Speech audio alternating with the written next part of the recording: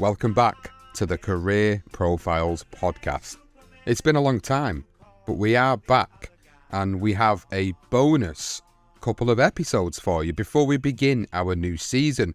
If you've listened to our season introduction, you will know that we have got one particular episode that we really wanted to do, and that was Muhammad Ali. So this bonus episode is split into two parts. We're going to cover 1942 to 1964, and then from 1964 all the way up until 2016. So sit back and enjoy our definitive episode on Cassius Clay, Muhammad Ali, the greatest, whichever moniker you want to use for this individual.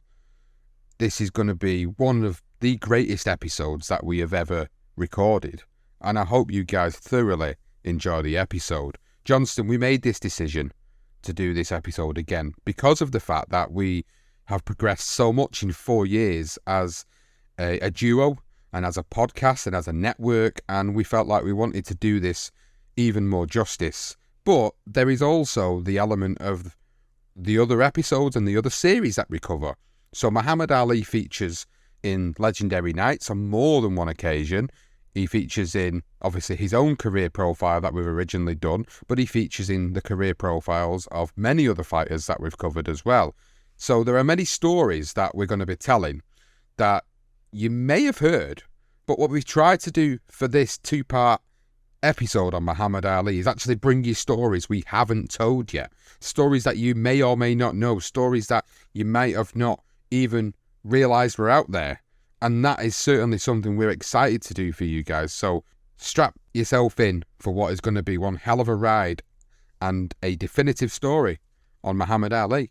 Yes, can't wait. I'm so excited to be doing Muhammad Ali. I mean, he's just a magnificent fighter, a great guy. So many endless stories that we've told, as you said, Sean. There's so many different platforms that we use. So yeah, we have been very conscious in making sure we try not to retell those stories, and we will direct you to certain episodes that we've already done that you can go and listen back to if you want a bit more detail. But this is Muhammad Ali in a different light as well. It's one where we want to tell you the story of him from birth all the way, and him as a person, not just the fighter that he became in the ring. Now, the man known throughout the world today as Muhammad Ali was born Cassius Marcellus Clay Jr. at 6:35 p.m. on January the 17th, 1942, in Louisville, Kentucky. His mother, Odessa Grady Clay, recalled after he was born, "I almost lost him. They put the wrong baby in my bed. I was satisfied it was my baby for a while, but then I noticed that the tag said Brown and not Clay, and I called the nurses. 'Where is my baby?' I asked them. 'This is somebody else's.' They went back and got Cassius.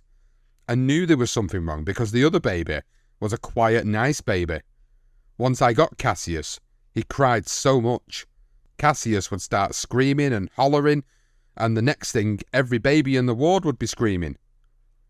There will be times during this episode that we will refer to Muhammad Ali as Cassius Clay, but that will stop when he changes his name in 1964. Now, his father, Cassius Marcellus Clay Sr., was a sign painter and an artist, and he said in 1988, "That was my living before I had a heart attack. I can't do too much now, but I was an artist, not just a sign painter." His mother, Odessa, worked mostly as a housewife and looked after her two sons, Cassius and Rudolph, also known as Rudy Clay, later renamed Rahman Ali. Now, she occasionally took jobs cooking and cleaning for upper-class white people, and Ali said she would clean house, clean toilets, cook food, take care of babies, all for just $4 a day. One of Odessa's grandfathers was a white Irishman named Abe Grady, who emigrated to the United States from Ireland soon after the Civil War and married a free-coloured woman. Young Cassius was raised in reasonably comfortable circumstances, but as Muhammad Ali explained, most of my life in Louisville was one of poverty. So author Thomas Hauser wrote that Ali's parental grandparents could read and write, and all 4 of his parental grandparents were listed as free coloured on Kentucky's census rolls. While historical records offer no proof that members of the Clay family were held as slaves, in all likelihood at one time they were. Arlie had something to say about that, and this is what he said. The white side of the family. The fact is that in my part of the family, there was very little knowledge, if any, of white blood from any source. During the days of slavery, slaves become automatically known by the name of their slave holders, whether it be Jones, Williams, Robinson, Smith, Davis, etc. And if slaveholder Clay's blood came into our veins, along with the name, it came by rape and defilement. And after reading the writings of Cassius M. Clay by Horace Greeley, he, as in Arlie or Clay at the time, discovered that he was just as he had predicted, another slave trader who held on to white supremacy. So no wonder he decided to change his name. And as Arlie correctly wrote, why should I keep my white slave's master's name visible and my black ancestors invisible, unknown and unhonoured? But let's get back to the story. And although Cassius Sr. was a Methodist, he allowed Odessa to bring up both Cassius Jr. and Rackman as Baptists, and so Cassius Jr. was baptized at the Mount Zion Baptist Church. Arlie said this of his mother years later. My mother is a Baptist, and when I was growing up, she taught me all she knew about God.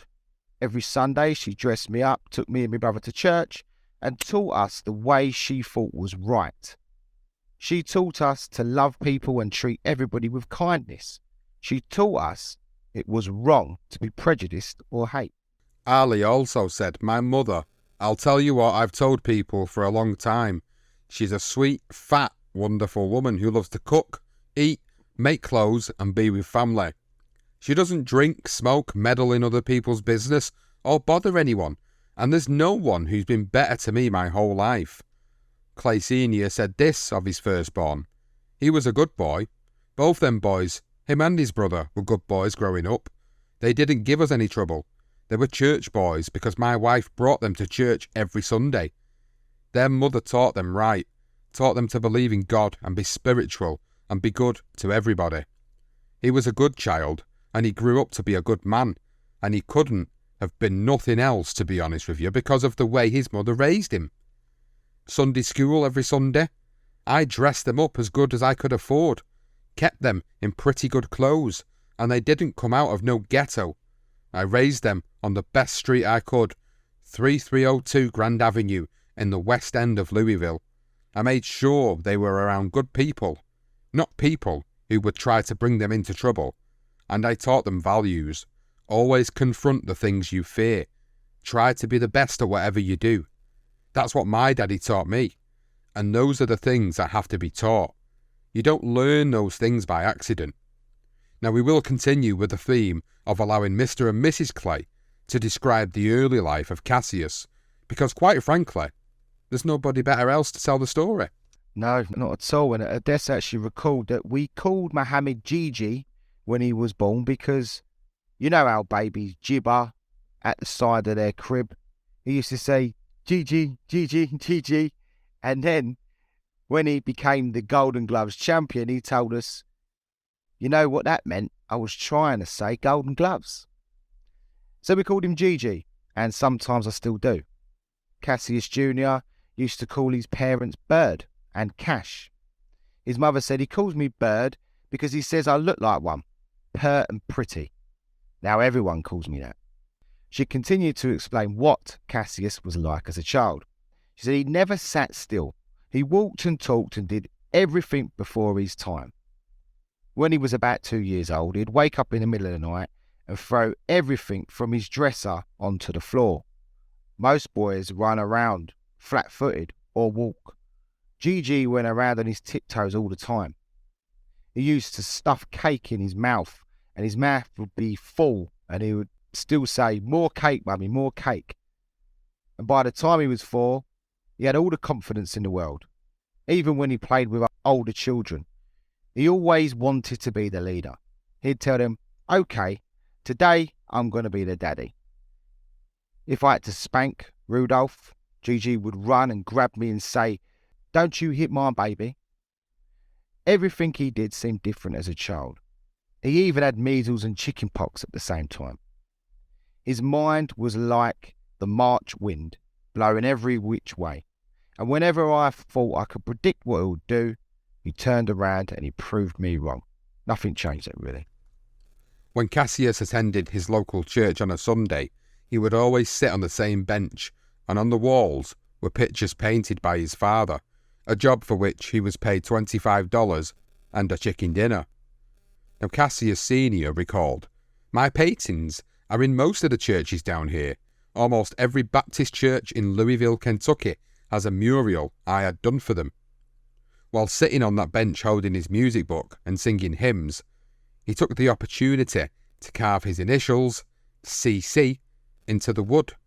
Initials that remained even when he visited the old church while recovering from a broken jaw in 1973. Cassius Sr. remembered getting his sons to paint, and he said, "When the boys got older, I took them with me on jobs. I taught them how to paint pretty good. Before he started fighting, Muhammad could lay out a sign, draw letters, do the spacing, mix the paint, and fill it in right. On the outside, the family did seem almost perfect, but Louisville police records do reveal that Cassius Clay Sr. was arrested 4 times for reckless driving, twice for disorderly conduct, once for disposing of mortgaged property, and twice for assault and battery. His desire for women led to a disagreement at the family home, and he would sometimes turn violent under the influence of alcohol. On 3 occasions, Odessa called the police for protection from her husband. However, Ali conclusively said in his book, The Greatest, My Own Story, "My father raised his children like my grandfather had raised him. We were not to be struck by anyone inside the house or outside." Growing up on the South, where racism was pretty much accepted, segregation was common, it weren't easy for the family, and Rockman Ali recollected that Louisville was segregated, but it was a quiet city, very peaceful and clean. There wasn't much crime, no drugs, very little drinking or prostitution. Things were different from the way they are now. Ali called it Black Louisville, which is divided into 3 sections. The worst is East End, and we call it Snake Town. The California area is the better section and the most populated in the West End, where I grew up. Rockman Ali said, growing up, the only problems Muhammad and I had with whites were if we were walking in a certain part of town. If we were in the wrong place, white boys would come up in a car and say, "Hey nigger, what are you doing here?" I never got into any fights. No one attacked me. It wasn't like in the deep South, but people would call us nigger and tell us to get out if they thought we were someplace we didn't belong. It was a white someone who actually really affected a young Cassius, and Odessa recalled that on one occasion he was actually denied a drink of water at a store. She said they wouldn't give him one because of his colour, and that really affected him. Ali gave his opinion on what it was like to be living in Louisville, Kentucky, and in the late 40s and early 50s. He said, when I was growing up, too many coloured people thought it was better to be white. And I didn't know what it was, but I always felt like I was born to do something for my people. Ali continued and said, 8 years old, 10 years old, I'd walk out of my house at 2 a.m. and look up at the sky for an angel or a revelation or God telling me what to do. I never got an answer. I'd look at the stars and wait for a voice, but I never heard nothing. Then my bike got stolen and I started boxing, and it was like God telling me that boxing was my responsibility. God made us all, but some of us are made special. Einstein wasn't an ordinary human. Columbus wasn't an ordinary human. Elvis Presley, the Wright brothers. Some people have special resources inside, and when God blesses you to have more than others, you have a responsibility to use it right. By 1950, some universities started admitting black students, but by 1955, when Cassius was 13, segregation of housing in Louisville was banned because of a suit by the National Association for the Advancement of Colored People, known at the time as the NAACP. It was in that year that young Cassius and a friend took out their frustration on the brutality of racism by vandalising a local rail yard. Years later, Ali's daughter, Hannah, wrote that Ali once told her, "Nothing would ever shake me up more than the story of Emmett Till." Now, Emmett Lewis Till was a 14-year-old African-American boy who was abducted, tortured, and lynched in Mississippi in 1955 after being accused of offending a white woman, Carolyn Bryant, in her family's grocery store. The brutality of his murder and the fact that his killers were acquitted drew attention to the long history of violent persecution of African Americans in the United States. Till would subsequently become an icon of the civil rights movement, and young Cassius will never forget him, and he said, "I couldn't get Emmett out of my mind."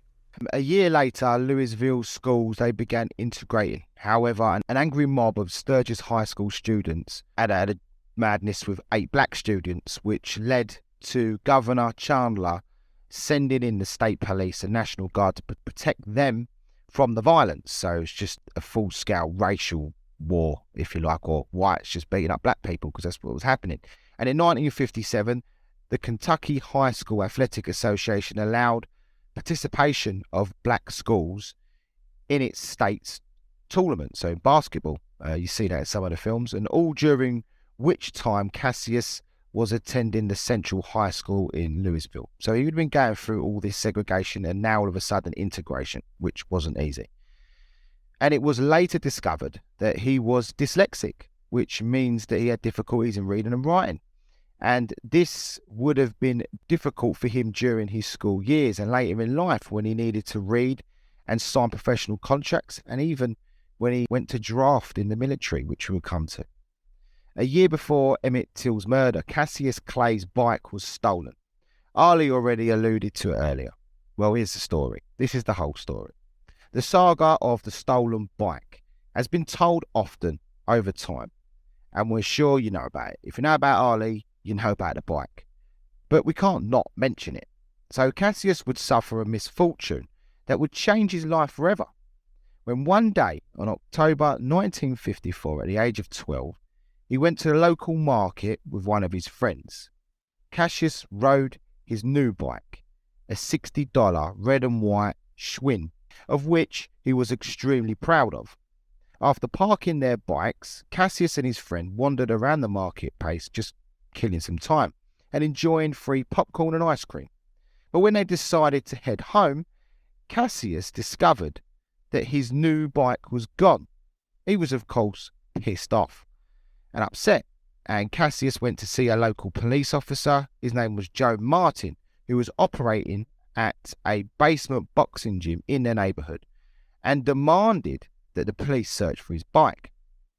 And in a fury, Cassius Clay swore that he would beat up whoever was responsible for stealing his bike.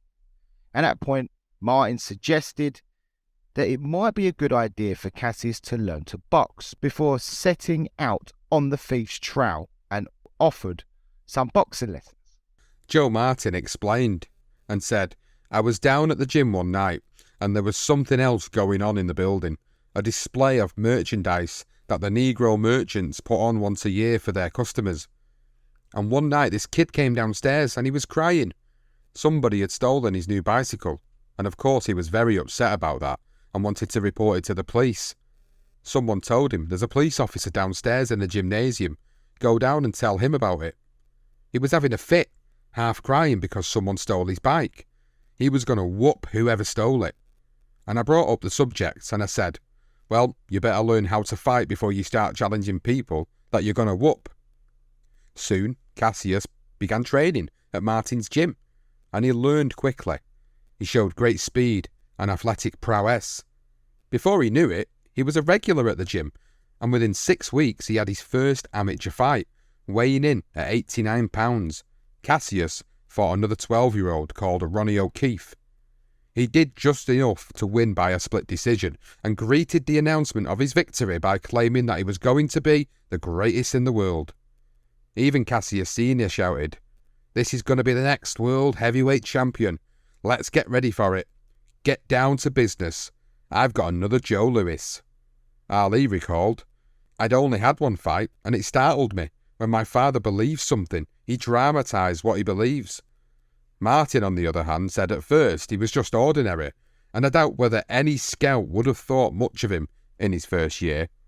About a year later, though, you could see that little smart Alec. I mean, he's always been sassy. He had a lot of potential. Well, Martin also said he stood out because I guess he had more determination than most boys, and he had the speed to get him someplace. He was a kid willing to make the sacrifices needed to achieve something worthwhile in sports. I realised it was almost impossible to discourage him. He was easily the hardest worker of any kid I ever taught. Clay displayed remarkable self-discipline with his training, running for miles in the early morning and going to the gym and sparring after school. He even never had enough money for a bus, and he used to run from one bus stop to the next trying to beat the bus. Ali recalled his start in boxing and how he avoided other temptations. He said, "Joe Martin was the man who started me in boxing, but sometimes I trained with a black man named Fred Stoner. I trained 6 days a week and never drank or smoked a cigarette. The only thing I ever did, like drugs, was twice I took the cap off a gas tank and smelled the gas, which made me dizzy. Boxing kept me out of trouble. It kept him out of trouble and away from all other sports too." And his brother, Rahman Ali, even admits this. He said, "Muhammad and I had a few fights between us. All brothers do. But it was nothing serious, more like tests of strength, wrestling. He always had to be the leader. And we let him because he was very intelligent and quick. Outside of boxing, he never played much sports. Now and then, we would play touch football on the street, and he was fast. He was hard for the rest of us to get to him to make the tag because of his speed. But tackle football, he didn't like. He wouldn't play because he thought it was too rough. But he was great at marbles, apparently. He loved to shoot marbles as well as, obviously, train and box." Rahman Ali then explained that Cassius used to ask me to throw rocks at him. I thought he was crazy, but he'd stand back and dodge every one of them. No matter how many times I threw, I could never hit him. His mum noticed that boxing made him even more confident, and she said he had confidence in himself, and that gave me confidence in him. He started boxing when he was 12, and we'd sit at night and he'd tell me how someday he was going to be the champion of the world. It made me nervous watching him in the ring, but I believed that he could take care of himself. Every fighter will suffer adversity at some point, but it's about what you do after that can mould you into a stronger fighter and a tougher human being. And Joe Martin recalled one hardship early in young Cassius's amateur career, and he said, "Only once did I ever see him knocked cold, and that was in the gymnasium, working out with an amateur named Willie Moran. Now, Moran was a good hitter, and he really flattened Cassius that day. Cassius had been talking to me about wanting a scooter, and when he regained consciousness, he said to me, 'Mr. Martin, which way was that scooter going that hit me?' The scooter was on his mind." Now, boxing was also on his mind, and he was also determined to not let the knockout stop his dream, and Joe Martin said, "That was the only time I ever saw him knocked cold, and it didn't faze him. He was back working out with Moran again the next day." Now, as Cassius continued to develop, Joe Martin would book him on his Tomorrow's Champions bill, which was aired on television. He was supposed to fight another kid who was a bit older, but the fight was scrapped due to weight issues, and Cassius lost out on his usual payment of $4. Well, Cassius and this other kid, they were both gutted when they ironically bumped into each other in the street. And Ali recalled that I walked over to him. "You Jimmy Ellis? You Cassius Clay? Why don't you gain some weight," I say, as if being skinny's his fault. Tears in his eyes. We both lost $4 because you're too skinny. We lost $4 because you're too heavy, he shouts back. You're too young to weigh that much. Well, later, they will fight in an amateur tournament. Ellis wins one and Clay wins one, and they will have their final rubber match as professionals. Ellis would go on to be a sparring partner for Muhammad Ali and go on to win a version of the heavyweight world title. Cassius had a usual routine from about 14 to 16, and this is what he explained. He said, after school, I would work 4 hours for the Catholic sisters, then train at Martin's gym from 6 to 8 in the evening. From there, I would go and get the real training at Stoner's gym from 8 to 12 at night. It was Fred Stoner's gym that Clay really began to develop, and he explained the fine details that he had taught him. He said Fred was relentless in making me develop certain muscles which he believed were necessary for survival in the ring. He made us shoot left jabs, 200 straight, sharp left jabs at a time without stopping. If we got tired, he made us start all over and count to 100, 1, 2, and 3, shooting jabs until we could do the 200 without failing it. Then he made us shoot and jab and a right cross. So he's teaching them jab, jab, jab, and now he's brought in the right cross. Then come back with a hook, a left hook, and duck and jab and back up and jab and move forward. I mean, he still remembered all this. It's amazing. And he taught us to block, to shoot right crosses, and we went over it again and again. We did 100 press-ups and 100 knee bends. Ali made no bones about who developed him as a fighter, and he wrote, all the publicity about my boxing origin and the early development of my boxing skill describes Joe Martin as the incubator, but my style, my stamina, my system were melded down in the basement of a church in East End, Fred Stoner's gym. Now, away from the ring, there was a bully called Corky Baker who ran the streets, and Ali recalled that he terrorised everyone, including me, and he beat up everyone, including me. Young Clay had several run-ins with Corky and admitted to losing every time, but one day, when he was feeling even more confident, he bragged about how he might beat him in the ring, and word got back to the tough street fighter. In the end, a fight was agreed to take place in the gym and not on the streets, which suited Clay. It was a 3-round bout, and the winner would be recognised in Louisville as the real champion fighter. Corky was tough, short and stocky, but was no match for Cassius, who had now perfected the art of leaning back, circling and jabbing. Corky swung wildly, missed wildly, and eventually quit. He stomped out of the ring, into the dressing room, got his clothes on, and left the gym. Ali remembered. My classmates from Central High shouted and jumped for joy, lifted me up on the shoulders and shouted, "The king is dead. We're all free now." I was the new king of both the gym and the streets. It was a victory of no financial importance, but when I was 16, the battle with Corky Baker was big. It told me something I needed to know. On his return home in 1973, Ali discovered that Corky had been killed just a week before the first Ken Norton fight after he was involved in a shootout with the police in a tavern. So on March the 31st, 1958, Clay voluntarily withdrew from Central High School. In the 1957-1958 school year, Clay got poor grades, receiving a 65 in English, 65 in American history, 70 in biology, and a 70 in general art. Clay re-entered Central High School in September of 1958 and remained until he graduated on June the 11th, 1960. He ranked at 376 out of a graduating class of 391. His average grades for the 9th, 10th, 11th, all the way up to the 12th years was 72.7. Now, Cassius devoted all his energies to boxing, fighting in 108 amateur bouts, winning 6 Kentucky Golden Glove championships, 2 National Golden Gloves tournaments, and 2 National AAU titles by the time he was 18. Clearly more interested in boxing than school, but that is important to mention that the grades there because of the fact he has tests to go to the Vietnam War, which we're going to come to. Fantastic amateur, clearly. Still, he was unknown to the larger public, even though he had all those titles. In those years as an amateur, Cassius has watched great fighters on television, like Gene Fullmer, Carmen Basilio, Archie Moore, and Floyd Patterson. They were particular fighters that he identified and watched, and all took punishment in the ring.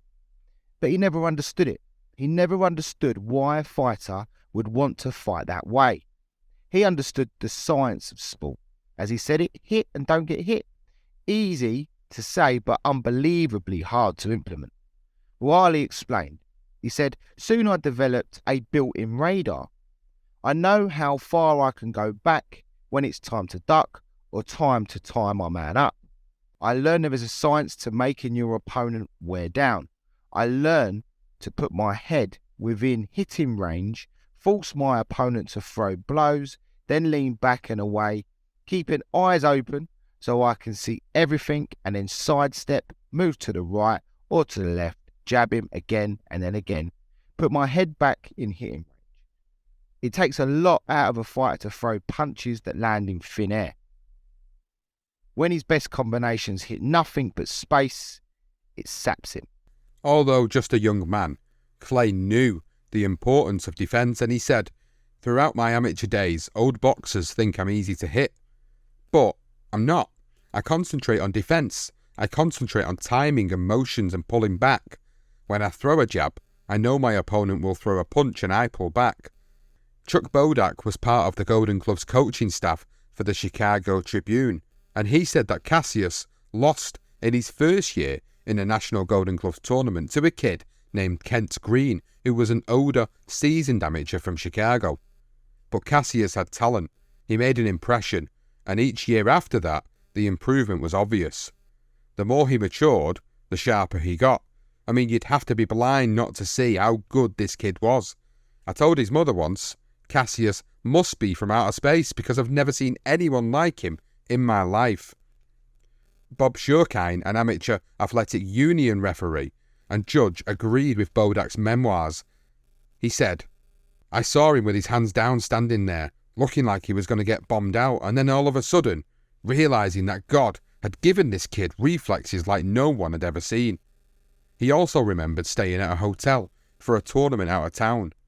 The next morning, after Clay had knocked out his opponent in the first bout the evening before, he was trying to find the sports pages in the newspapers, but they were all missing, and said, I know where the damn sports sections are. So I went up to Cassius's room, and he was sitting there on the floor with a pair of scissors, cutting his picture out of all the sports sections where it had been that day. But he was always a likeable youngster. Well, Bob liked him so much he actually carried a picture in his wallet of him and Clay together when he was 17 years old.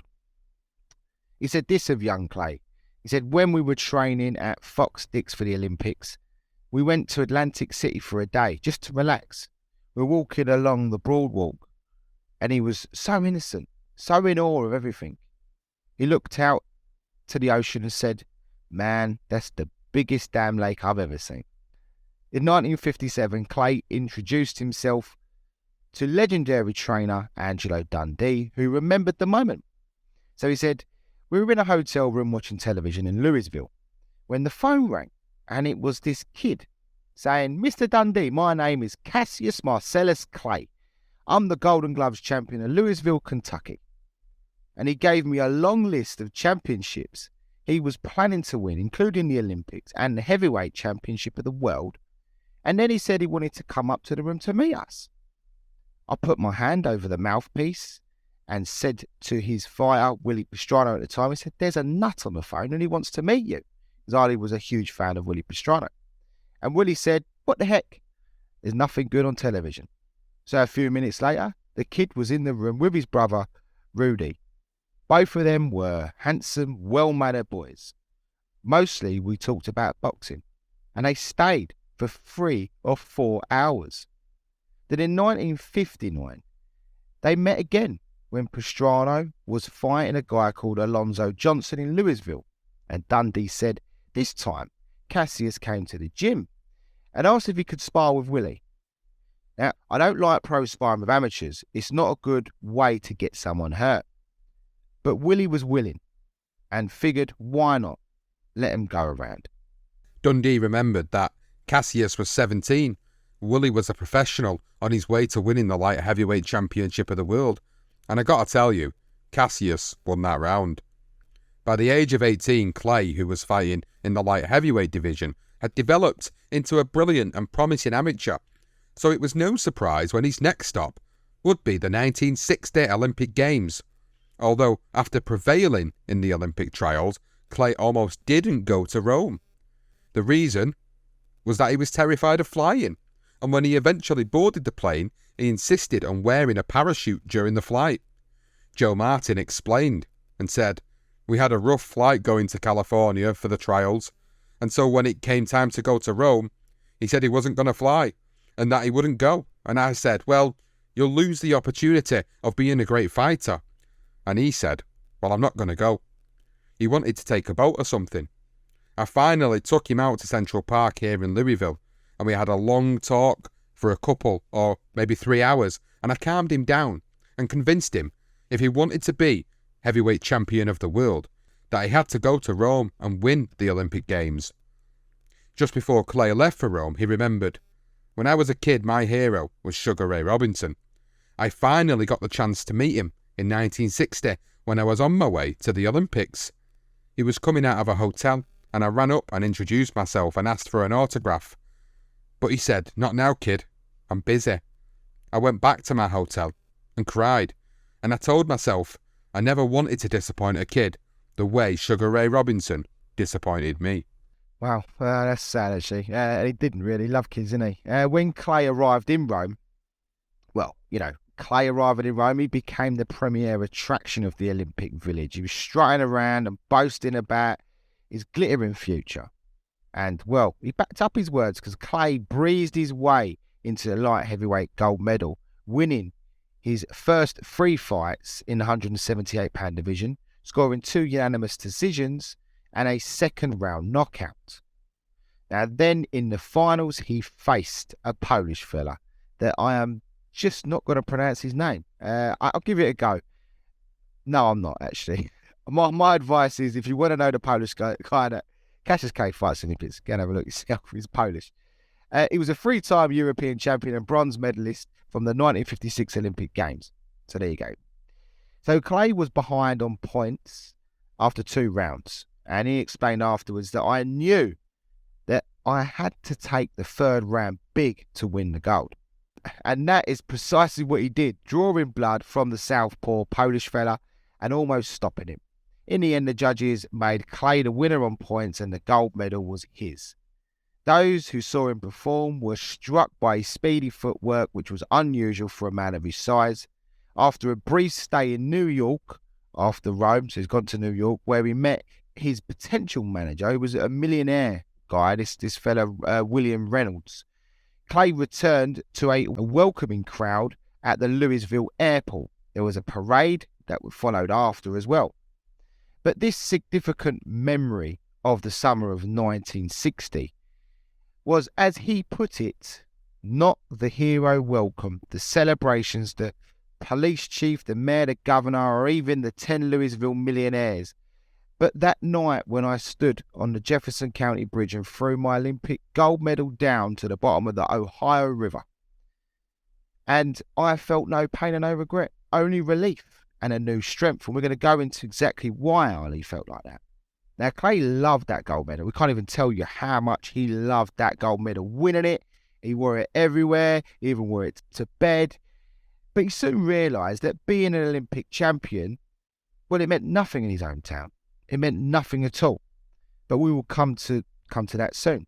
Clay initially refused to team up with, this is going back to his pro career. So Clay initially refused to team up with this Mr. Reynolds, who was this millionaire, even though the contract that was offered to him, getting off that plane in Rome, was a very lucrative one indeed. His refusal was due to how other white people around his prospective manager had treated him, like just another houseboy, as he recalled. Clay wanted to be different, more independent. The contract that Joe Martin offered him was very poor, and he remembered, "It guaranteed me $75 a week for 10 years. I wanted to take it because I was making so little money at the time. And my father screamed, Nobody buys my son for $75 a week for 10 years. The slave trade is over. And he told Martin what to do with the contract. Clay said Martin blamed the rejection on Dad's hatred for white policemen. And we shared that version of the story with you in our Legendary Nights episode, The Tale of Liston versus Clay. Now, initially, Clay decided to pursue a manager of his choice, and he said, when I came home from Rome, Joe Louis would have been my first choice as manager. But Louis didn't like to talk much, didn't like loud-mouthed bragging fighters, and predicted that I would lose every fight I had. Even though Clay was disappointed with his hero Ray Robinson before the Olympics, he still decided to approve him about being his trainer, and he remembered, I wanted Sugar Ray Robinson and went to New York to search for him and offer myself as a prospect. Ray was near the end of his career, and I thought he might like to handle mine. When I finally cornered him and forced him to notice me, he brushed me off. Look, kid, come back maybe in a couple of years, okay? All day I followed him around Harlem, dancing, jabbing, shadow boxing, showing him how fast, how quick I was. Ray was just too busy. Years later, when we became friends, he would shake his head sadly over what might have been if he had taken me on. Clay said, now looking back, I'm glad he didn't. I respect Sugar Ray in the ring as one of the greatest of all times. But he stayed out of what I call the real fighting ring, and the one where freedom for black people in America takes place. And maybe if he had become my manager, he might have influenced me to go his way, and I'm glad he had no time. He received offers as well, Clay. Offers to manage him from Archie Moore, Rocky Marciano, and Cus D'Amato. But it was Cassius Sr. who stepped in and directed his son to a team of wealthy Louisville businessmen. And he said, I got him a good contract with people that could promote him. I'm responsible for his starting outright. All sorts of people were talking big, but nobody really backed it up the way I thought they should, except for the Louisville sponsorship group. They were a collection of 11 white men, 10 of whom were millionaires, or heirs to old line Kentucky fortunes. A former investment counsellor and vice president of Brown Forman Distillers Corporation, William Faversham, he was the 11th member who brought the group together. So Faversham estimated the cost of launching Cassius Clay as a professional boxer at $25,000 to $30,000. Accordingly, each member of the syndicate was asked to pay $2,800, except for Faversham, who was given $1,400 discount for his organisational efforts. Now, Thomas Hauser explained the deal in excellent detail. Some saw the syndicate as a chance to make money. Others were guided by the desire to safeguard a local hero or simply have a bit of fun. Regardless, the contract signed by Cassius Clay and consigned by his parents was fair and generous for its time. Clay received $10,000 signing-on bonus, and for the first 2 years, a guaranteed draw of $333 a month against earnings. Hauser explained, the sponsoring group had options to extend the contract for up to 4 additional 12-month periods. Earnings would be split 50-50 for the first 4 years and 60-40 in Clay's favour thereafter. All management, training, travel and promotional expenses, including a trainer's salary, would come out of the syndicate's end, and 15% of Clay's income would be set aside in a pension fund, which he could not touch until he reached the age of 35 or retired from boxing. They would continue to work with Clay for 6 years, but from a distance, and he explained, following that first contract session, I caught glimpses of them, mainly at my fights as I sat on my stool waiting for the bell to send me out for the next round. 1 or 2 of them would wave at me from their ringside seats, or wave a cigar, or nudge a girlfriend or an associate as though saying, that's our horse. No matter how successful Clay had been in the Olympics, and that he had just signed a professional contract, to many, he was just another black kid, The realization of this horrible truth showed its ugly head one cloudy afternoon when he went to visit a downtown Louisville restaurant with his good friend Ronnie King. A gang of bikers were already in this restaurant. Cassius and Ronnie knew a couple, Kentucky Slim and their leader Frog. They sat down at the counter and asked for 2 hamburgers and 2 vanilla milkshakes. But as the waitress returned to the kitchen, a big fat white man motioned for her to come and see him. She later returned and said, "We can't serve you here." Cassius politely replied, "Miss, I'm Cassius Clay, the Olympic champion," and he showed her his Olympic gold medal. Well, without hesitation, the waitress rushed over to the owner to tell him who it was, but without even turning around, he replied, "I don't give a damn who he is. I done told you, you don't serve no niggers." Ali later recalled how a deathly silence filled the air. He said, "My heart was pounding. A minute before, this had been noisy, chatty place with 30 or more customers. I pushed away from the counter. Ronnie went through every motion with me as though we'd rehearsed the act. I stood up.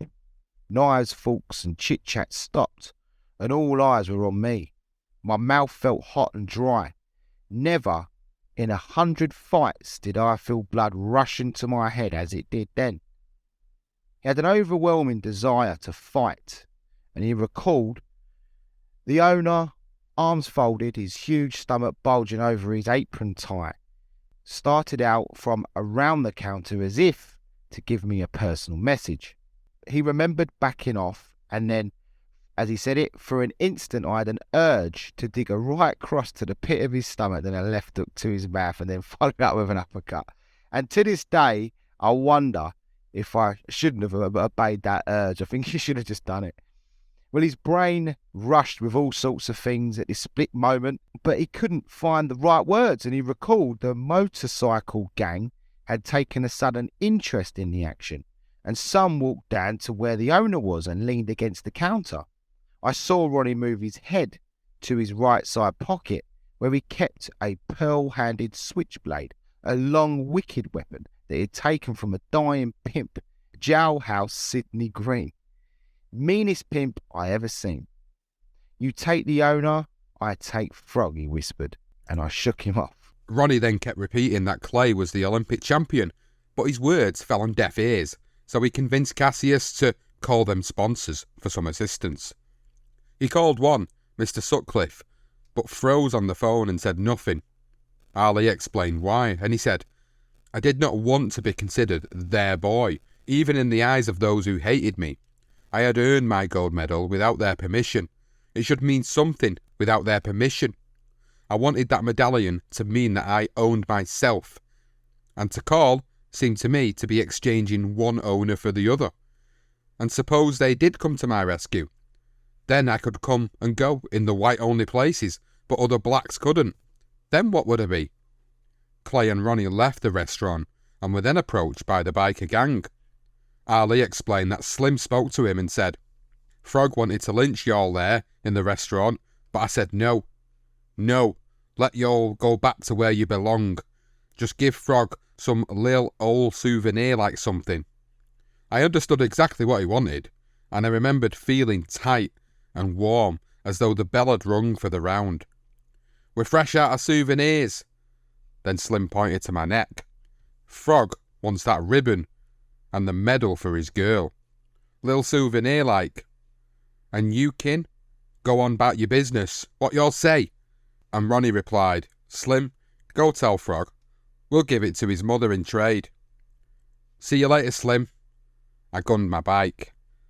Flushed and furious, Slim shook a prophetic finger at me and raged, "Frog gon' kill you niggers for that. You wait, you black bastards, you wait."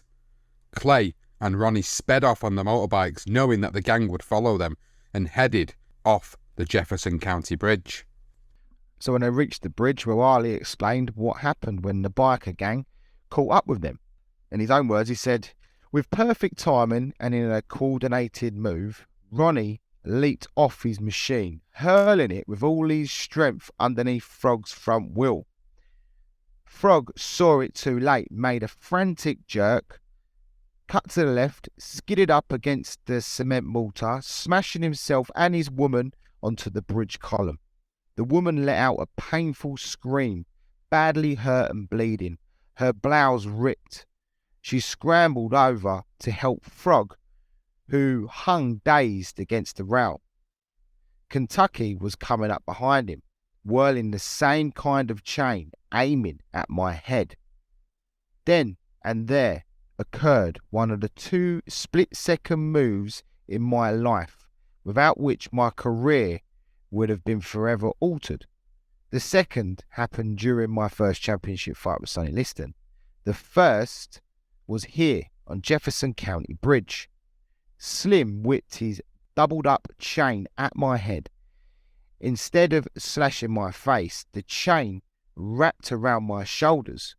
Instinctively, I shot my hand out and gripped the chain and jerked with all my might.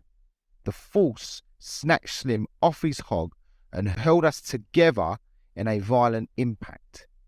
His head struck mine and stunned me, but not enough to stop me from smashing my fist into his face. His body hit the ground, blood spurted from his nose, his empty hog careered off the rail.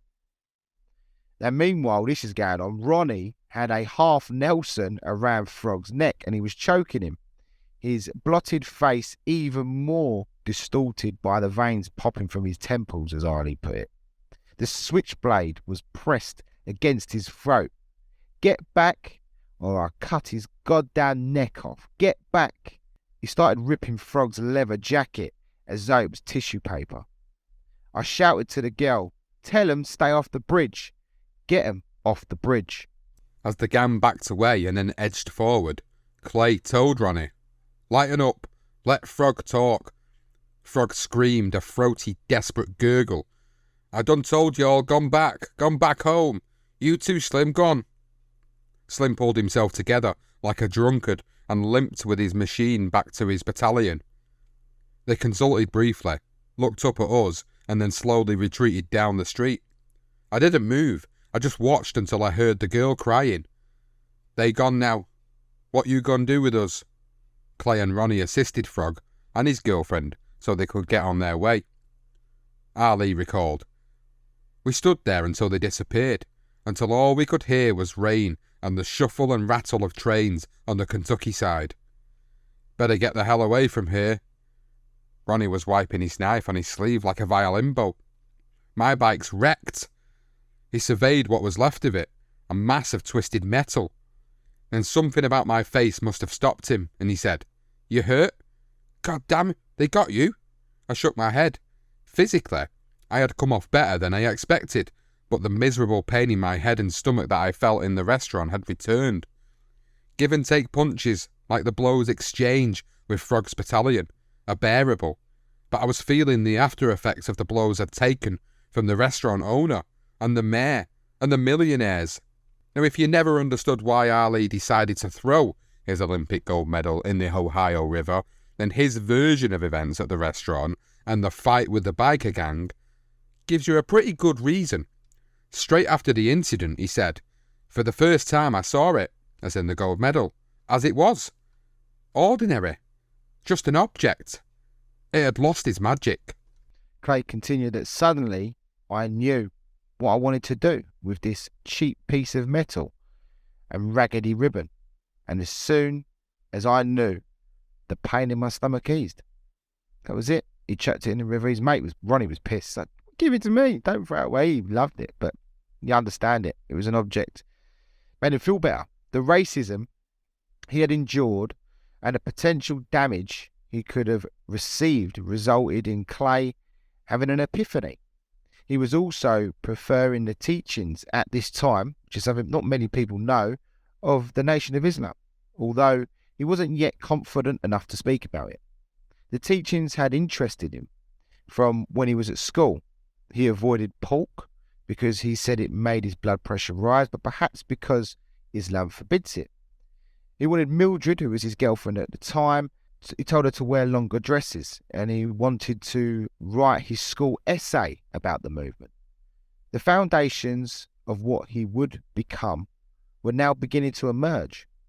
Clay began training with one of his old amateur trainers, Fred Stoner, and he would be in his corner for his first ever professional boxing match against a guy called Tony Hunsaker.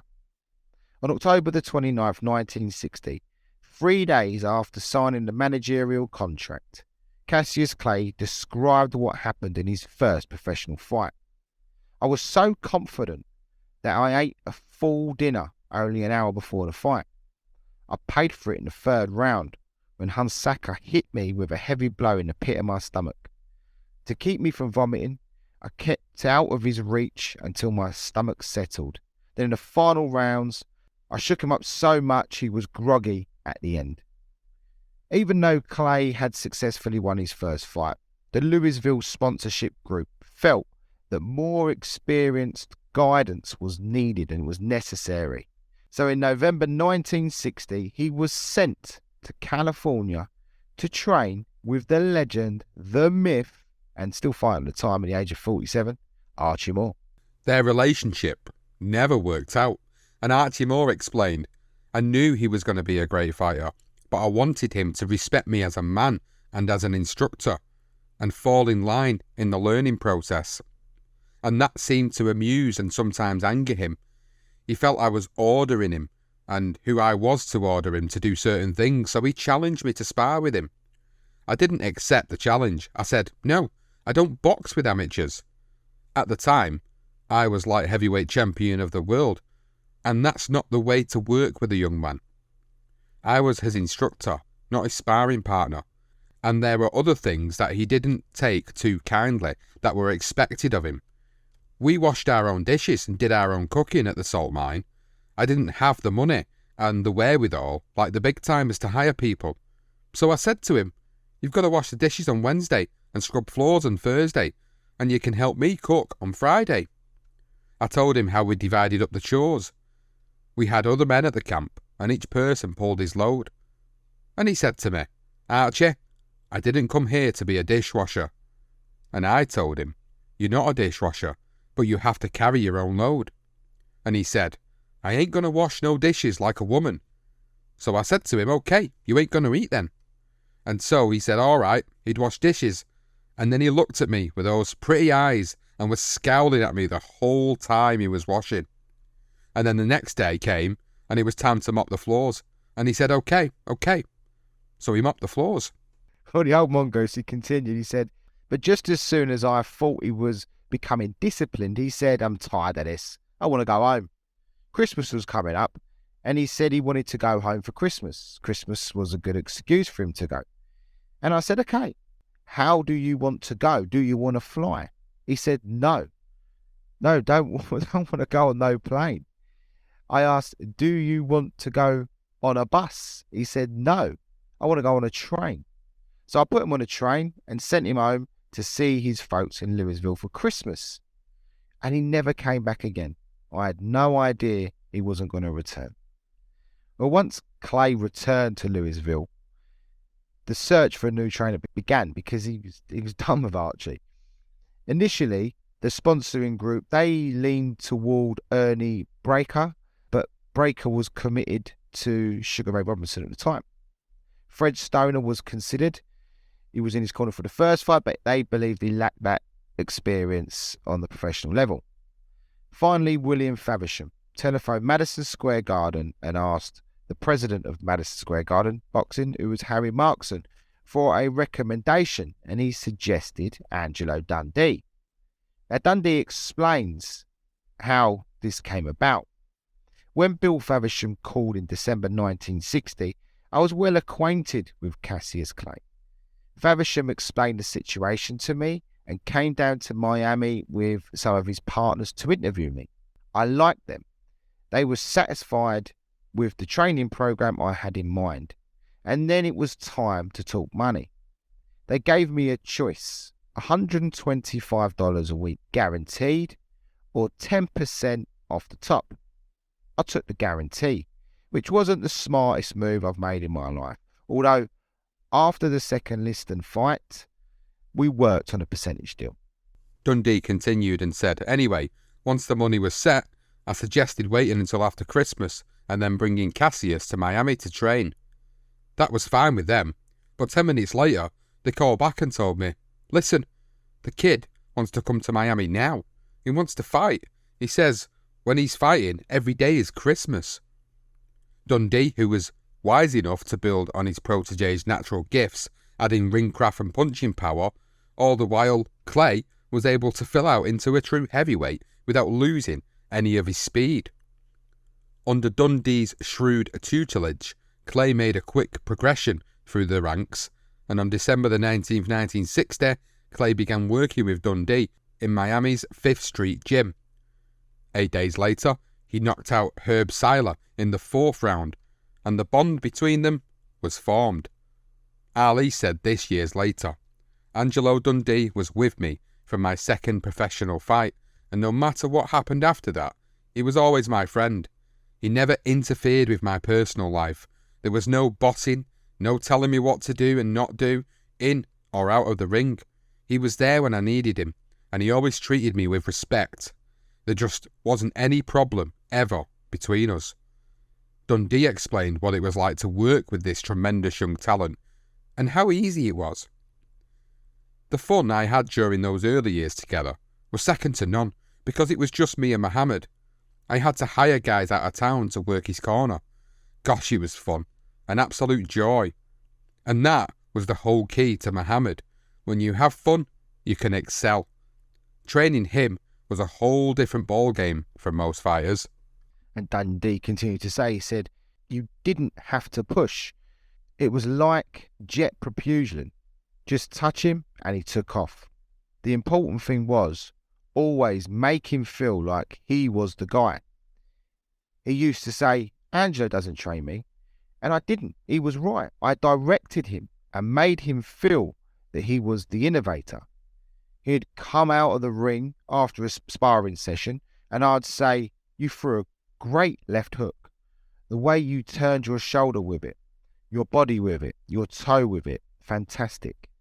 The next time he sparred, he'd throw it that same way. Same thing with his balance and not touching the ropes with his shoulders. These are things I learned from Charlie Goldman, Rocky Marciano's trainer. Make the star feel that he's doing it on his own. Angelo Dundee ran that 5th Street gym, which was owned by his elder brother Chris, and a part of the team was ringside doctor Fernando Ferdi Pacheco, and he said, I'd go over the world with Angelo, watch him work his magic and develop 12 champions, and as the cherry on the cake, he brought in Cassius Clay.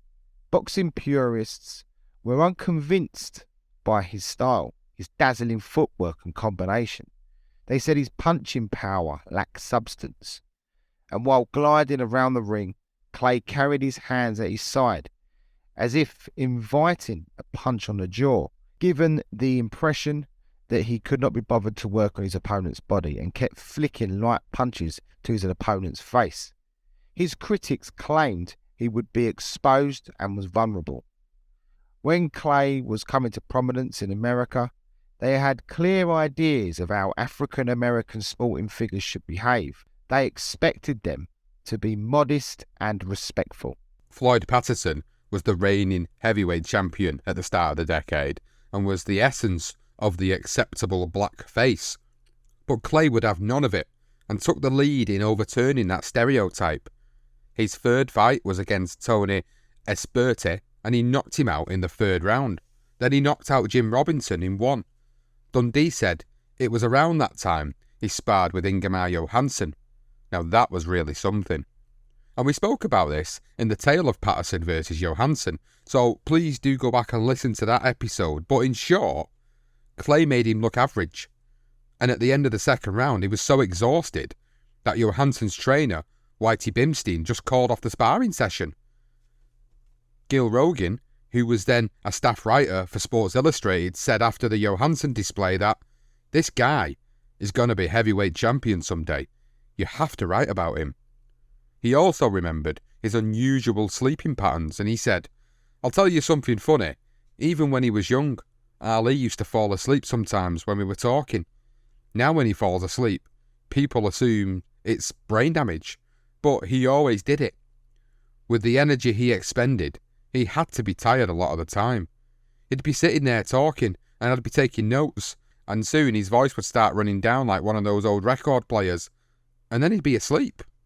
He did it a lot, and it didn't surprise me because he did expend so much energy. His whole life was this energetic display that would exhaust absolutely anybody. After the Johansson sparring session, Cassius fought Donnie Fleeman, but he couldn't cope with his speed and ended up retiring in the 6th.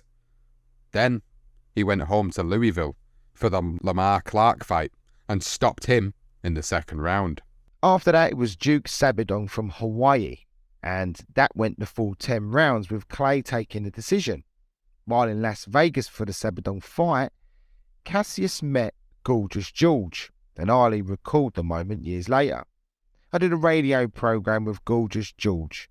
First they asked me about my fight, and I couldn't say I was humble, but I wasn't too loud. Then they asked Gorgeous George about a wrestling match he was having in the same area, and he started shouting, "I'ma kill him.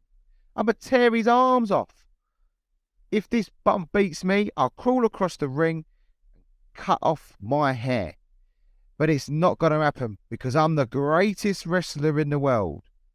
And all the time I was saying to myself, man, I want to see this fight.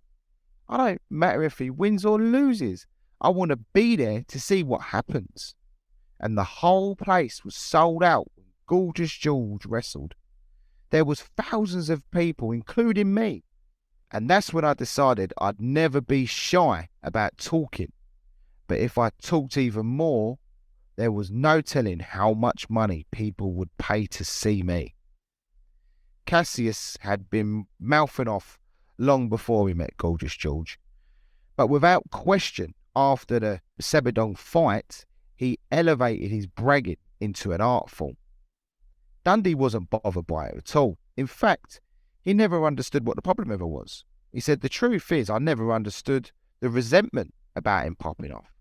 Maybe later, when he got into issues like the war and religion, I could understand it, even though I always believed he had the right to speak his mind. But before that, hey, I remember people complaining about Joe Louis not talking."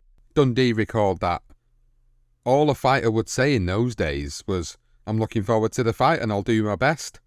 That doesn't sell tickets. Muhammad changed the way things work. In promoting boxing, he made the fighter the main guy. You know, it's funny, Muhammad was never as talkative as people thought. In private, even 25 years ago, a lot of the time, he was real thoughtful and quiet, but he knew how to promote himself. God, he could do that. Clay then became the first young fighter who was fresh out of the amateurs to have his bouts televised nationally.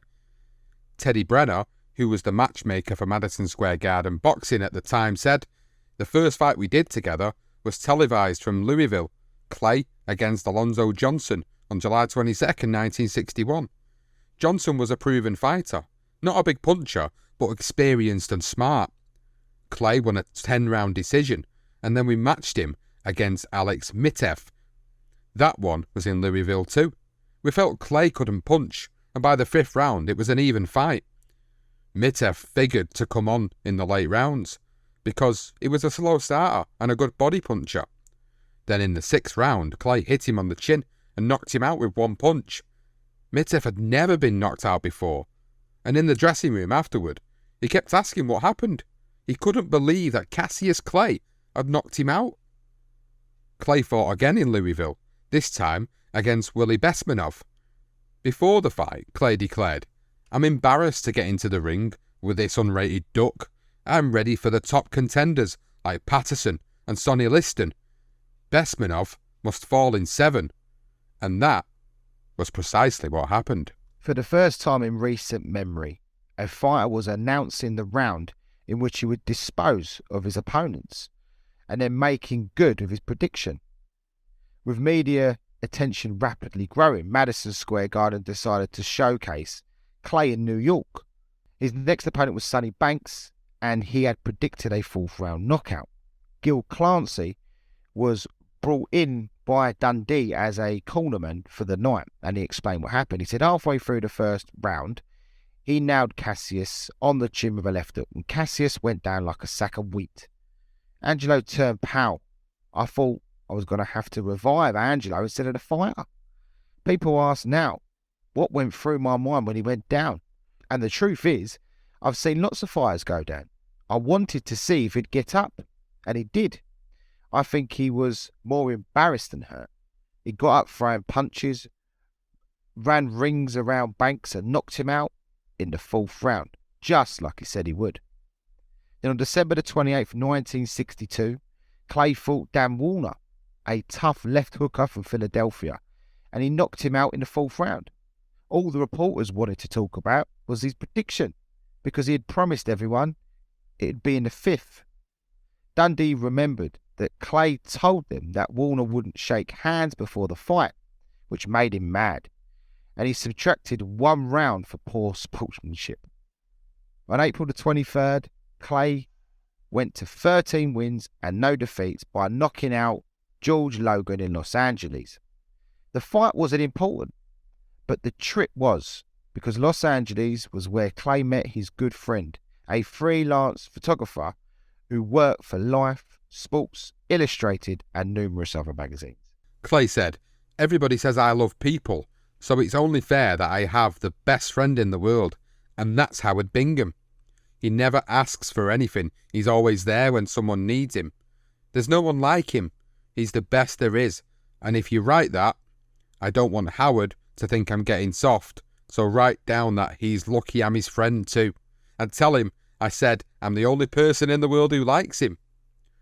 Clay picked up 2 further stoppage victories against Billy Daniels and Alejandro Lavarante before his toughest test to date came in the form of Archie Moore in California.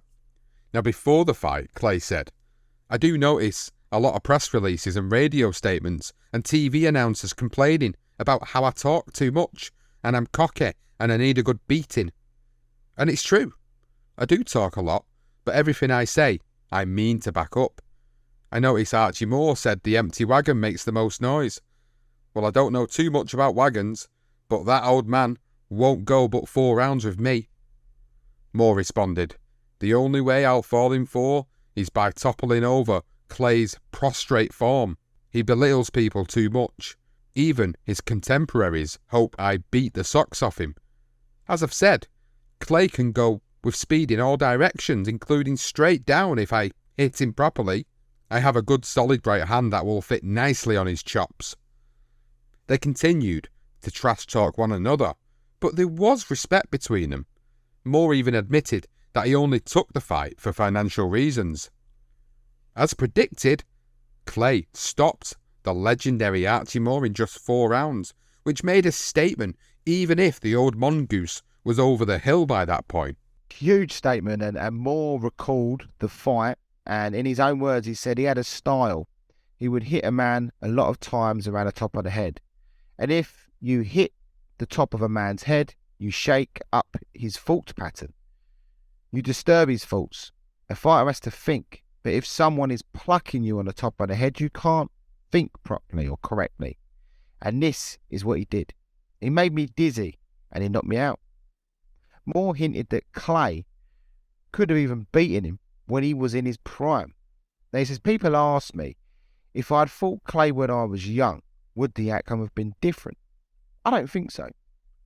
One never knows for sure, but I told you before, Ali would have beaten Joe Louis 4 times out of 5, and I was a pretty good light heavyweight, but I think Joe Louis would have beaten me. Well, 2 months after defeating Archie Moore, Cassius Clay stopped Charlie Powell in Pittsburgh, knocking him out, as predicted, in the 3rd round. Clay had now captured the public imagination and expectations were running high. 7 of his previous 8 fights had ended in the predicted round, and his poetry was being widely quoted. Even Life magazine published an entire poem. He returned to Madison Square Garden in New York for a fight against Doug Jones. Clay declared, "This boy likes to mix, so he must fall in 6. The night before the fight, Clay was in his hotel room telling a guy sent by Bobby Nelson, Sugar Ray's brother-in-law, that same rhyme. The man was known as Fast Black or Bundini. And this is what he replied. He said, "You can't predict no rounds. You fixing them, you phony." Drew Bundini Brown had been with Sugar Ray for 5 years, but he admired everything Clay was doing at the time. But he was convinced that something fishy was going on. He said, "You can't be predicting all them rounds." Then he asked, "Tell me the truth. You'll get together and fix them fights, don't you? You gotta be fixing him, or else you couldn't tell Archie Moore when he was falling. You couldn't have told Powell. You've gotta be a phony. You either a phony or Shorty's in your corner." Now Shorty is Bundini's name for God. "I've been with Sugar Ray. I was with Johnny Bratton. I never heard of anybody predicting weeks in advance the round they're gonna win in. Tell me the truth. Tell me the truth." Clay recalled that. "I sat down next to him. You know what the truth is?" I said. "The truth is, every time I go into the ring, I'm scared to death." He looked at me as though he was shocked. Then tears began to flow down his cheeks. "I knew Shorty was with you. Shorty had to be with you." He grabbed me and kissed me on the jaw. "You mean you actually scared out there?" "Why?"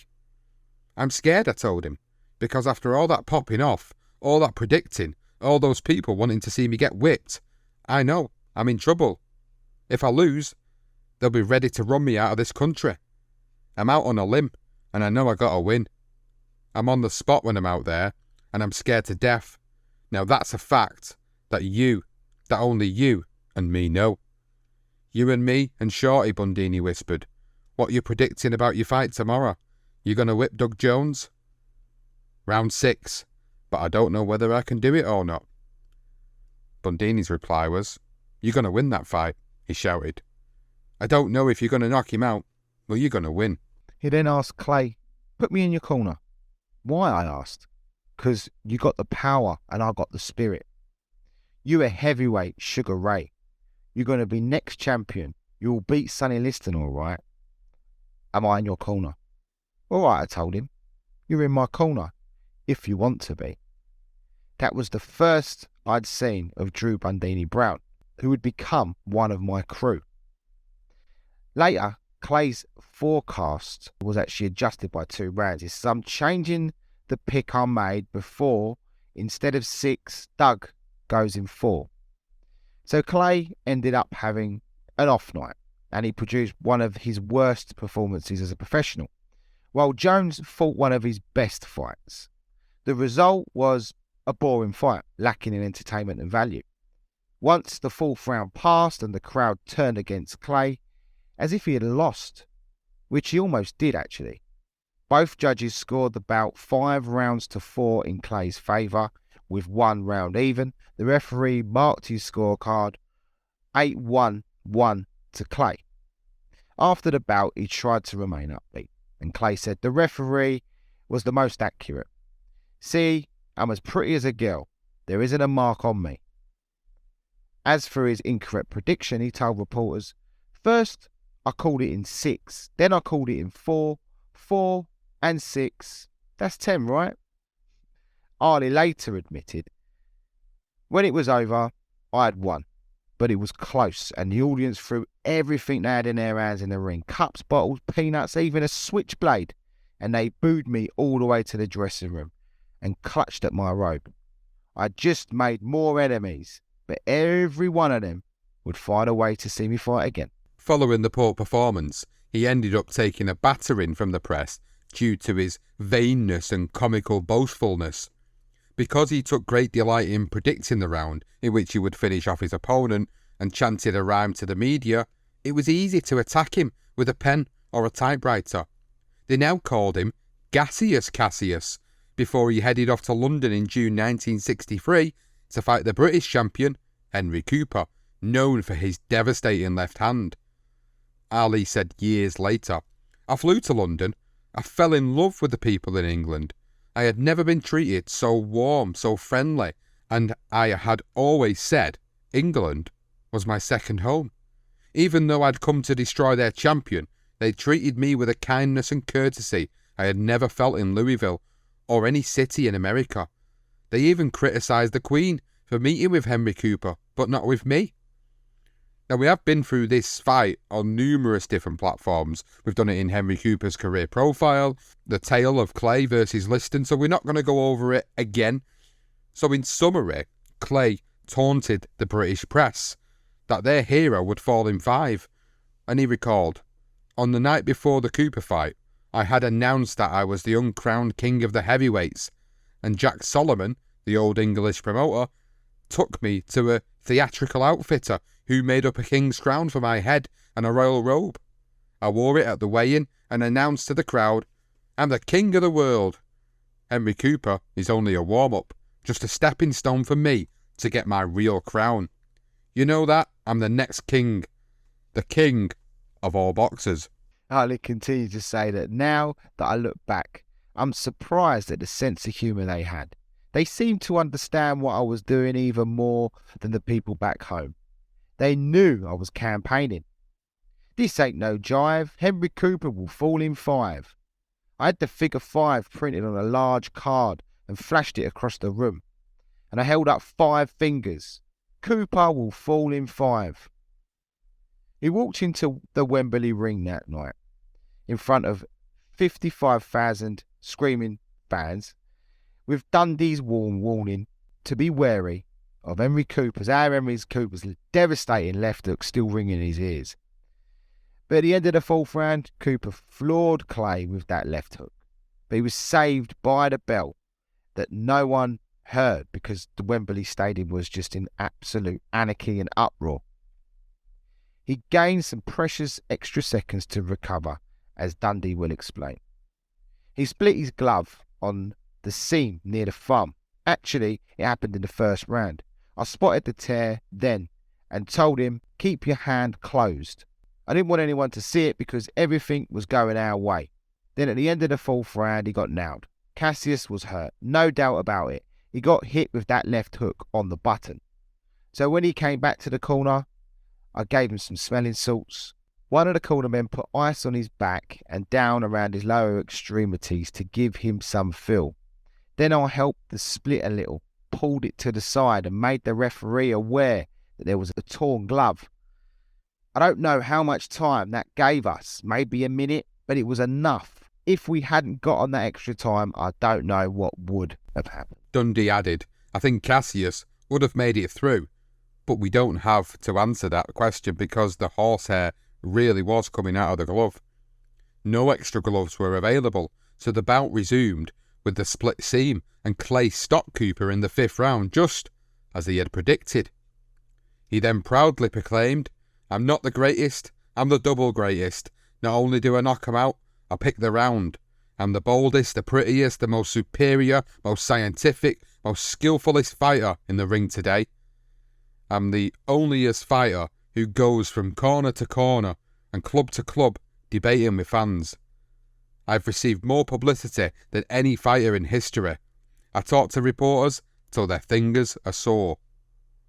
Now, straight after the fight, head of Clay's consortium, William Faversham, went to visit his fighter in the dressing room with Jack Nylon, Sonny Liston's manager, and said, 'He's bringing us a message from Liston.' Nylon said, 'I've flown 3,000 miles just to tell you that Liston wants you, and he's got a message for you. He says to please drink your orange juice and your milkshakes. Stay well and healthy. You've talked yourself into a world heavyweight title fight. Now your wife can be a rich widow.'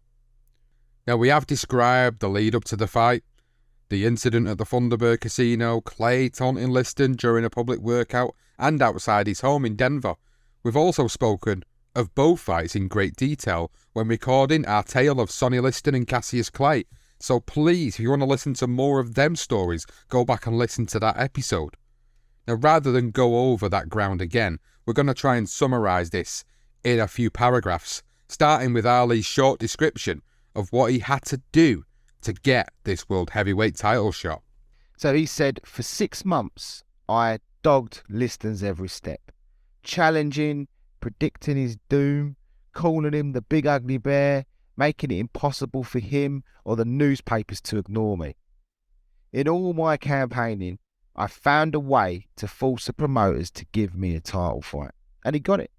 Clay was finally getting his shot at the world heavyweight title against the champion Sonny Liston, who was still currently in between fights with Floyd Patterson as well.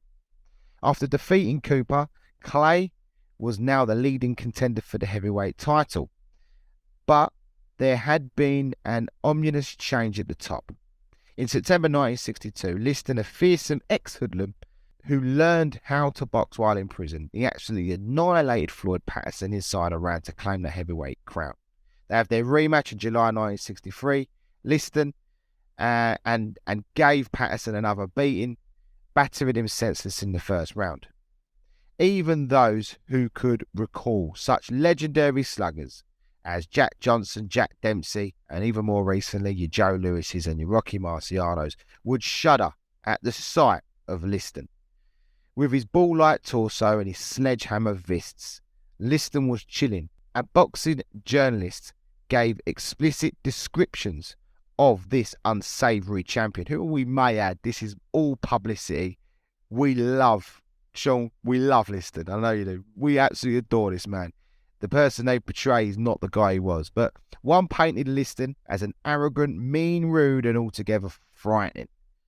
He was described as the last man anyone would want to meet in the dark alley, and this was the man who stood between a very young Cassius Clay and his dream. The inevitable Liston-Clay fight was finally arranged on February 25th, 1964 at a convention centre in Miami. Clay kept up his constant barrage of taunts about how he was going to whoop that big ugly bear, and later recalled the significance of the fight.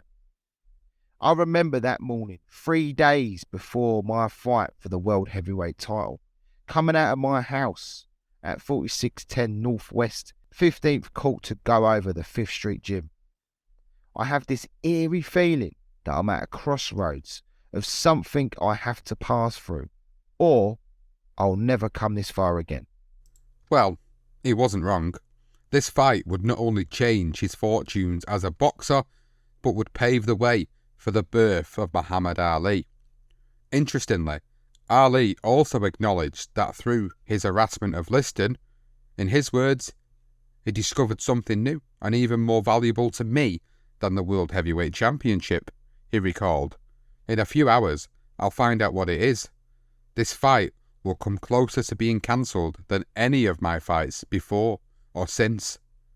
Ali recalled, the first inkling I get that this day will be different from any other day of my life comes when Angelo burst into the dressing room, a look of horror on his face.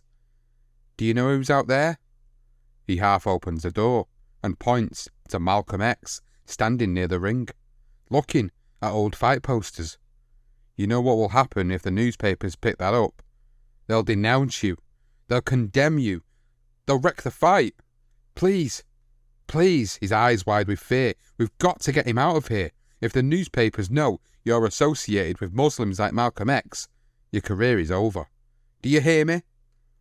I've been as close to Angelo as I've ever been to a white man up to now, and the only thing he doesn't know is that Malcolm is not the only X in the gym. I am Cassius X. I too am a follower of the Honourable Elijah Muhammad. Angelo sees he is making no impression and abruptly turns away and leaves. Dundee contacts his brother Chris, who relays the situation to Bill McDonald, the promoter, and from there, things escalated. McDonald advised Clay to disavow his religion by making a public statement, but he refused and was ready to give up his world title shot for his religious beliefs. Yeah, Clay then he received a phone call from Chris Dundee just he was about to leave town. He said the fight's back on, McDonald is got to have it. Everybody talked to him. You don't have to disavow your religion. And Clay remembered, I say, that's the only way I'll go. The fight's on. We'll talk about the details later. Now it's up to you. It was always up to you. You know what the odds are. And he decided, he was literally packing his bag into that big red bus of his with all his powers. They were gone. So the headlines in the Palm Beach Post declared, Liston 7-4, favourite to prove Cassius is a hoax. And the Gazette wrote that the newsman back Liston 43-4. So he was a heavy, heavy favourite. At the weigh-in in the morning of the fight, Clay appeared to go berserk. He hurled insults at Liston and lunged at him, shouting, "I'm ready to rumble now." His handlers, well, they had to restrain him. It's just beautiful. It's all play. When Clay's pulse and blood pressure were checked, they soared almost off the scale as well, apparently. The doctor who examined him offered his opinion. He said, "This fighter is scared to death." Well, Ali testified. The truth of the matter is, I rehearsed and planned every move I made that day. Of course he did. Legend. An hour later, both vital signs were normal, and Clay was perfectly composed.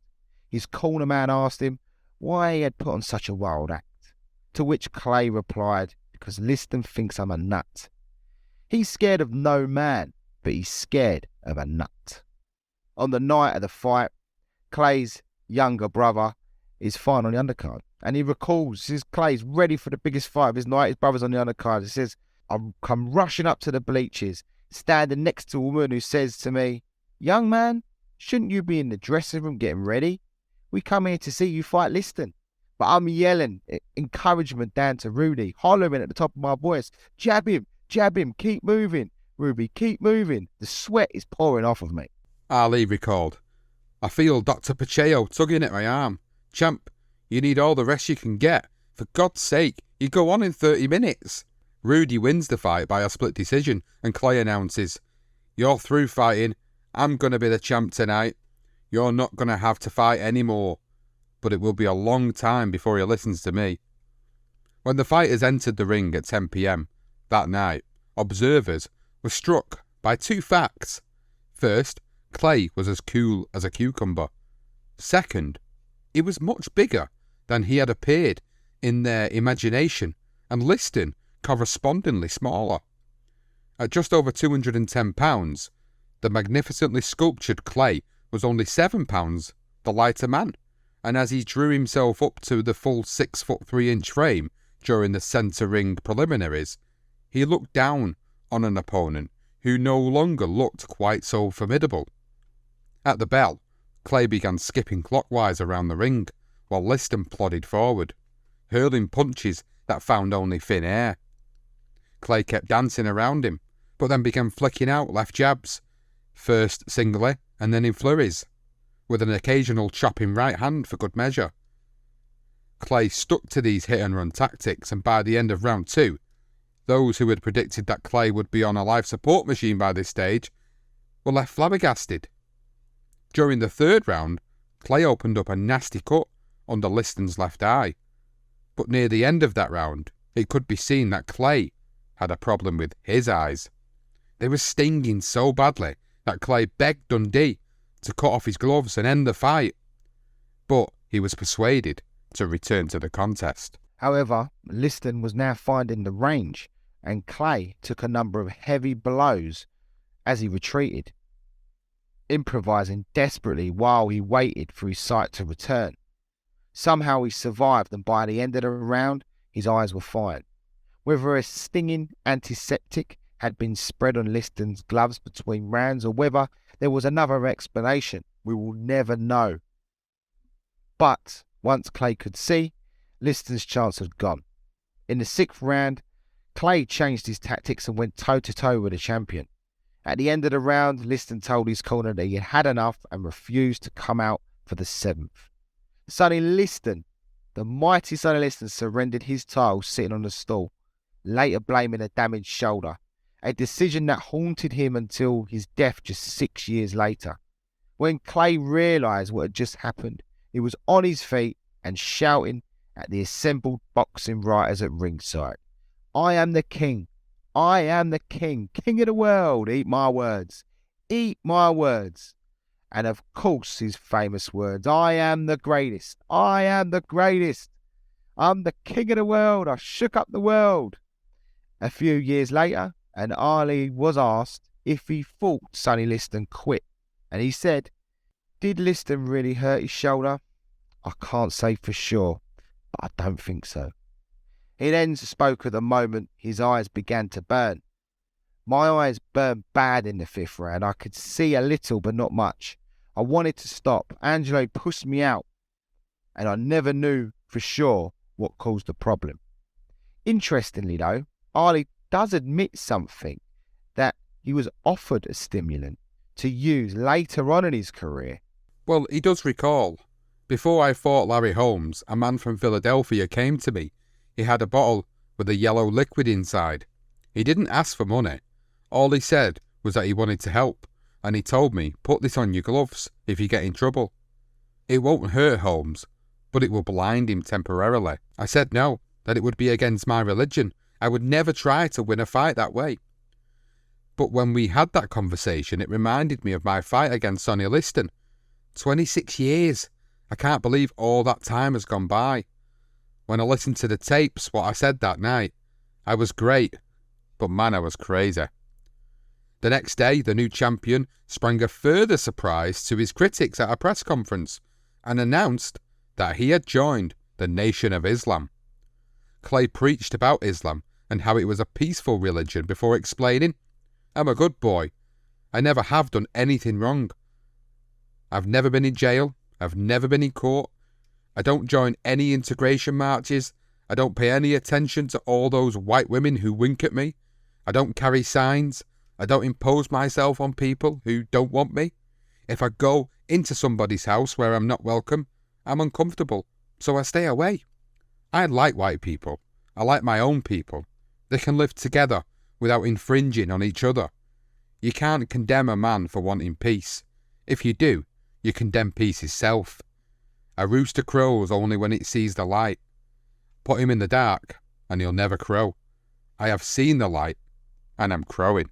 It was no secret they had been flirting with the so-called black Muslims, but that he would deliberately antagonise white America at the very moment it was rising to salute him left even his closest supporters gasping. His mother, Odessa, said, "When he joined the Nation of Islam, I felt, well, this is the land of the free, worship as you please. If that's what he wanted to do, it was all right. The important thing was he had a belief in God." What people must remember is that Clay had already begun to get a better understanding of the religion from the very start of his professional career. And he said, while in Miami in 1961, I was training for a fight and I met a follower of Elijah Muhammad named Captain Sam. And he invited me to a meeting. And after that, my life changed. Now, for us to understand, we must hear from the man himself, and this is literally from his book. This is him, Muhammad Ali, talking about his epiphany and what changed his life. He said, "The first time I felt truly spiritual in my life was when I walked into the Muslim temple in Miami. A man named Brother John was speaking the first words. I heard him say, 'Why are we called Negroes? It's the white man's way of taking away our identity. If you see a Chinaman coming, you know he's from China. If you see a Cuban coming, you know he's from Cuba. If you see a Canadian coming, you know he comes from Canada. What country is called Negro?' Then Brother John said, 'We don't even have our names.' And I said to myself, what's he talking about? I've got my name." But I kept listening. And he explained, "We were named after our white slave masters. If Mr. Jones had 50 slaves, they were Mr. Jones's niggers, and they were named after him. Then if Mr. Washington bought those slaves, they become Mr. Washington's niggers and changed to his name. That was plain to me. I could reach out and touch what Brother John was saying. It wasn't like church teaching, where I had to have faith that what the preacher was preaching was right. And I said to myself, Cassius Marcellus Clay. He was a Kentucky white man who owned my great-granddaddy and named my great-granddaddy after him. And then when my granddaddy got named, and then my daddy, and now it's me." Jeremiah Shabazz was a teacher of their version of the religion, and he explained that Contrary to what had been portrayed in the movies and written in some books, Malcolm X was not Clay's first teacher. The person to educate him first regarding Islam and the teachings of Elijah Muhammad was our minister in Miami, Ishmael Sabakan. This is what Ali said about Malcolm X. He said Malcolm was a very intelligent, with a good sense of humour, wise man. When he talked, he held me spellbound for hours. He introduced me to his wife and children. Then he sent a friend of his, Archie Robinson, to act as sort of an administrator or road manager. Archie looked over my contract and helped run the training camp, but anything that had to do with boxing, like choosing sparring partners, was still decided by me and Angelo. Clay was taught that the white man was the devil, and Shabazz admitted that Clay questioned everything he was taught. In hindsight, it was obvious why he chose the religion due to the outright racism of the time. But there's no one better to explain this decision than the man himself. This is what he said. For 3 years, up until I thought Sonny Liston, I'd sneak into the Nation of Islam meetings through the back door. I didn't want people to know I was there. I was afraid if they knew, I wouldn't be allowed to fight for the title. Later on, I learned to stand up for my beliefs, and since then my beliefs have changed. I don't believe in Mr. Jacob and the spaceship anymore. Hearts and souls have no colour. I know that too. But Elijah Muhammad was a good man, even if he wasn't the messenger of God we thought he was. If you look at what our people were like then, a lot of us didn't have self-respect. We didn't have banks or stores. We didn't have anything after being in America for hundreds of years. Elijah Muhammad was trying to lift us up and get our people out of the gutter. He made people dress properly, so they weren't on the streets looking like prostitutes and pimps. He taught good eating habits and was against alcohol and drugs. I think he was wrong when he talked about white devils, but part of what he did was make people feel it was good to be black. So I'm not apologising for what I believed. I'm wiser now, but so are a lot of other people. And I think that's a great quote from Mr. Ali. It just shows you Elijah Muhammad, you look into him a bit, the guy isn't the nicest of guys, but he done something for Ali, and Ali understood and realised that, and it's incredible what he did, really. I can't help but just have absolute respect for him. So then on March 6th, during a radio broadcast from Chicago, Elijah Muhammad announced, "This Clay name has no divine meaning. I hope he will accept being called by a better name. Muhammad Ali is what I will give him for as long as he believes in Allah and follows me." Of course, Muhammad Ali, Cassius Clay, accepted the name, and he said, "Changing my name was one of the most important things that happened to me in my life. It freed me from the identity given to my family by slave masters." Now, this is the point where we're going to break off for the first part of the Muhammad Ali story. This is 1942 to 1964 we've covered so far, and we will be following it on from 1964 all the way up until he passes in 2016 in the next episode.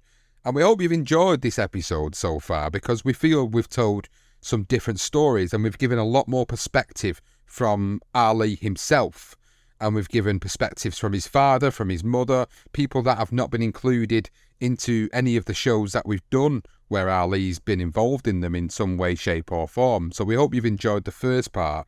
And of course, now we're up to the point where we're going to move into the second part of his career, where things really start to pick up, where we get the second Liston fight, and then things start to progress even more. We get the exile moments. We, of course, get his return to boxing.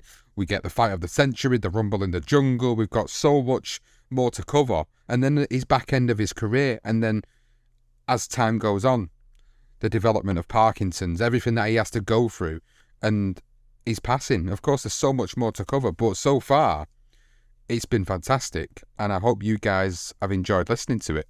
I've enjoyed every minute of that. I'll be honest with you, it's been great. Just reading out these wonderful quotes and these major moments in Muhammad Ali's life changing moments. And although I always heard of the restaurant story, he was told he had to leave, they wouldn't serve him. I mean, that was about as much information as I ever really got. I see a bit in the film, but didn't really go into great detail. But to actually hear the words from Ali's coming out of his book, if you like, and then the fight with the bikers after, stuff I never knew. And it was a real eye-opener, and I thought that had to be there because I don't ever hear anyone even mention that fight. You hear the racism, you hear the medal being thrown away, but there's not enough depth and detail in there. So we hope we've provided that for you, because I surely I didn't know that myself. So it was great being able to do that and go relay that. So yeah, I hope you enjoyed it. It's a great story. I mean, Muhammad Ali, absolute legend. And the quotes get better. The attitude is brilliant. It's everything about the guy. It's sensational. The second part's going to be even better. Absolutely. We're very much looking forward to delivering the second part of the Muhammad Ali career profile. If you've enjoyed part one, please let us know on social media at career_profiles on Twitter, or the BTR Boxing Podcast Network across Facebook, Instagram, YouTube, TikTok. Please make sure you let us know if you've enjoyed this episode. Please, if you're also a patron, please let us know if you've enjoyed the episode. You'll have had early access to it, ad-free version of this episode as well. So please do contact us and let us know that you've enjoyed the episode. We really do appreciate all of the feedback. But we will be back with the next episode. Please make sure you tune in, because it will be delivered next week. Thank you so much for listening to the first part of the Muhammad Ali career profile.